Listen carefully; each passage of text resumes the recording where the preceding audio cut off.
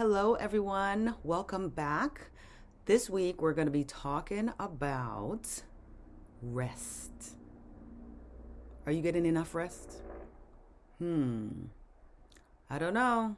Are you? We have a lot of distractions today, and I know sometimes I get caught into not getting enough rest. But we have to be more diligent and we have to be more intentional. So, last week we spoke about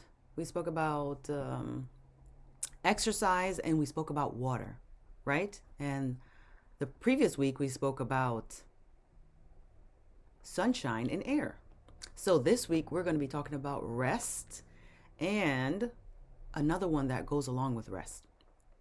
So, they say that in the book Power of Health or Health Power, this book here, they actually make a quote. And the quote says, the average sleep time has declined 20% in the 20th century. 20%. This book was written back in 2005. It is 2025. 20 years later. Do you think that is still 20%?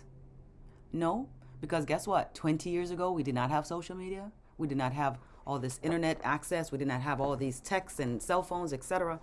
And so we want to realize that even in regards to our children being distracted or on these devices, they're not getting enough rest either. I hear parents talk about, oh, my child is not sleeping at night. And that's because the child has an iPad right next to them, right? And the parent is asleep. So you have to realize that you also are responsible as a parent to take away those distractions from your children, especially if they're young, because it's not helping with their brain development, right?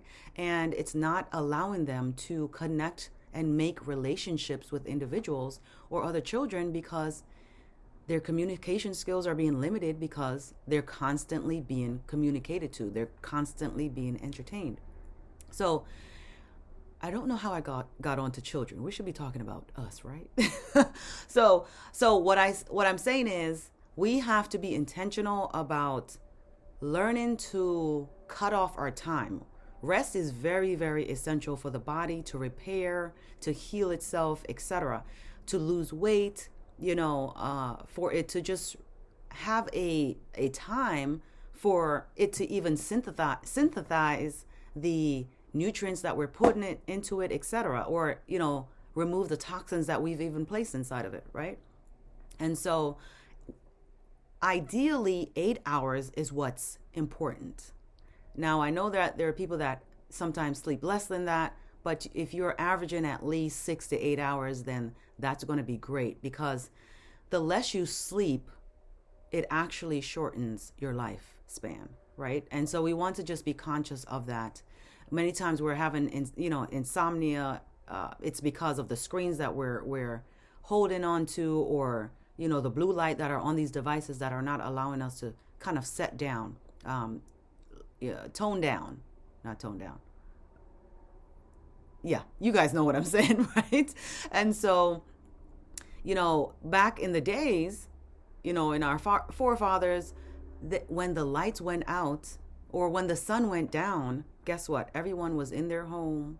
They had a simpler life. Everyone went to bed at a reasonable time, probably 6 or 7, 8 the latest, and they got up with the sun. And that's how our bodies are actually built. So all these LED lights that we're experiencing, all these blue lights, etc., it's not helping our body. It's not helping our brains. And so we have to just be conscious of that, because we need our health. And so with that, my next health law is going to be temperance, right?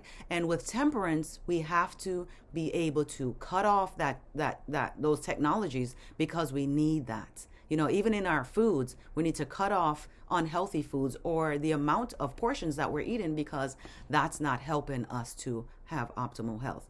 So I encourage you today to exercise temperance and proper sleep.